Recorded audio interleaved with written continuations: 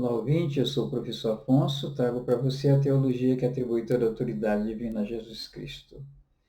O meu assunto hoje é: Paulo ensina que os crentes não são mais pecadores. Isso parece até meio jocoso, mas eu trago a teologia que atribui toda a autoridade divina a Jesus Cristo e que retira da Bíblia as cartas de Paulo e mais da metade do livro de Apocalipse.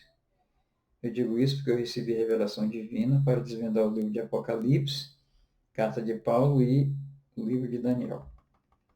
Pelo livro de Daniel, estamos a 700 anos do fim. De agora em diante, ressurgirá o cristianismo com o objetivo de congregar todos os filhos de Deus que estão dispersos. Não é que ele não faça isso, ele já faz. Mas ele vai fazer agora com mais intensidade, porque as cartas do apóstolo Paulo, adulterada pelo abominável da desolação, que é Nero, agora ele vai se ver livre dessa loucura. Então ele ressurgirá e congregará todas as pessoas que adorarem a Deus em espírito e em verdade, não importa a que religião pertençam, eles vão caminhar em direção ao cristianismo. E isso que se chama de reconsagração do templo. Eu faço uma ressalva. A primeira revelação divina que eu recebi na minha vida, há de 40 anos, foi sobre mediunidade. Ele me disse: fique bem longe do centro espírita.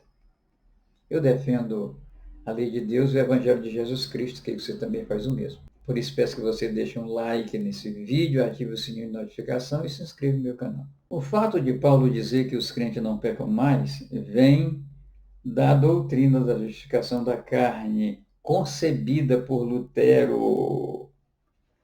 Isso se encontra em Romanos 5,8, que diz o seguinte: mas Deus demonstra seu amor por nós. Cristo morreu em nosso favor quando ainda éramos pecadores. Meus comentários. Esta é uma palavra de Deus do apóstolo Paulo que os cristãos não se sentem à vontade em declarar. Lutero, o homem que concebeu a doutrina da justificação da carne em vida, enquanto defecava, dizia que havia sepultado seu homem velho, muito bem sepultado, mas que o tal homem velho ressuscitava várias vezes por dia. Tá, a coisa não é bem assim como dizem pregadores, teólogos e escritores cristãos. Essa santidade dele, bem longe da lei de Deus, eu não acredito nisso. Não acredito mesmo. Agora, por que você disse, mas por que você tem tanta raiva das cartas do apóstolo Paulo? Não tenho raiva, eu simplesmente recebi revelação divina para tirar, só isso. Porque elas são um empecilho para que o ser humano jamais chegue ao cristianismo de Jesus Cristo.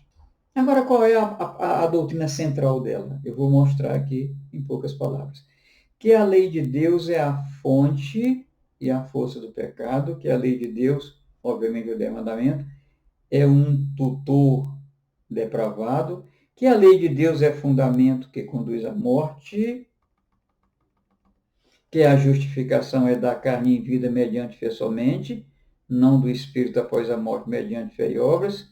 Tiago, Jesus e a Bíblia toda afirma isso. Que uma vez livres da lei e justificados nos tornamos completamente justos, santos e retos. E que a graça assim alcançada é responsável pela salvação. Eu digo sempre que Nero adulterou as cartas de Paulo no livro de Apocalipse.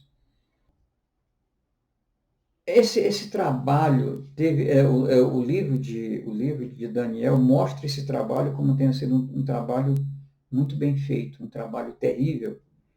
Ele foi feito por Nero, com o rosto do apóstolo Paulo, com o corpo do Império Romano e com o espírito do maligno, coisa horrorosa. Então, veja só, com relação à negação disso que o abominável da desolação acabou de falar com o rosto de Paulo, que os crentes não cometem mais pecados, é duro. Então eu trouxe Gênesis 3,15.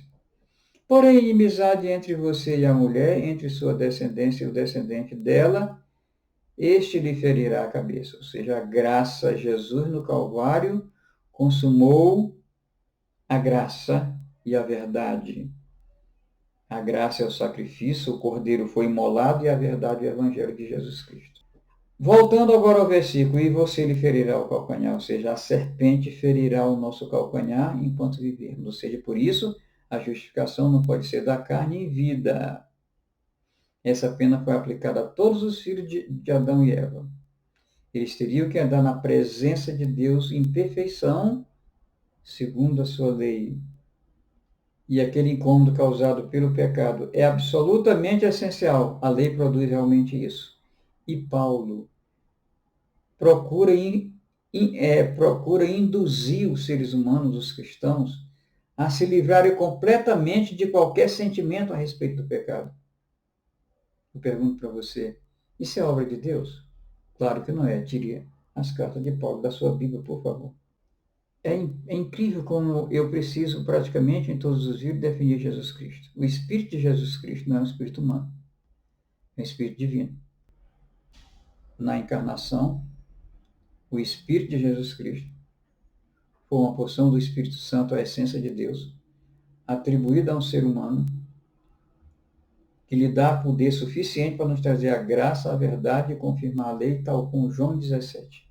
Quando ele foi morto, o Evangelho diz isso, diz que ele entregou seu Espírito ao Pai, aquela porção que foi atribuída, para voltar a ser um com ele.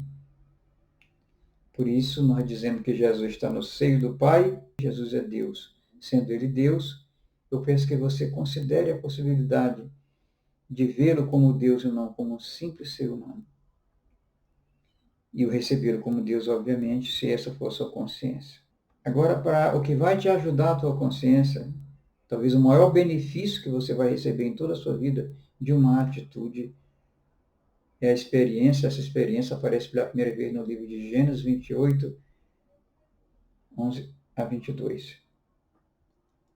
Essa experiência é o seguinte: você adotar a prática religiosa de falar somente a verdade a todas as pessoas em todos os contextos e dirigir-se a Deus em oração o tempo todo, dirigir a sua petição, andar diante dele em oração, estender a mão ao seu próximo tanto quanto a sua mão alcance. Isso é a compaixão que Jesus tanto pregou e que dá sentido à vida.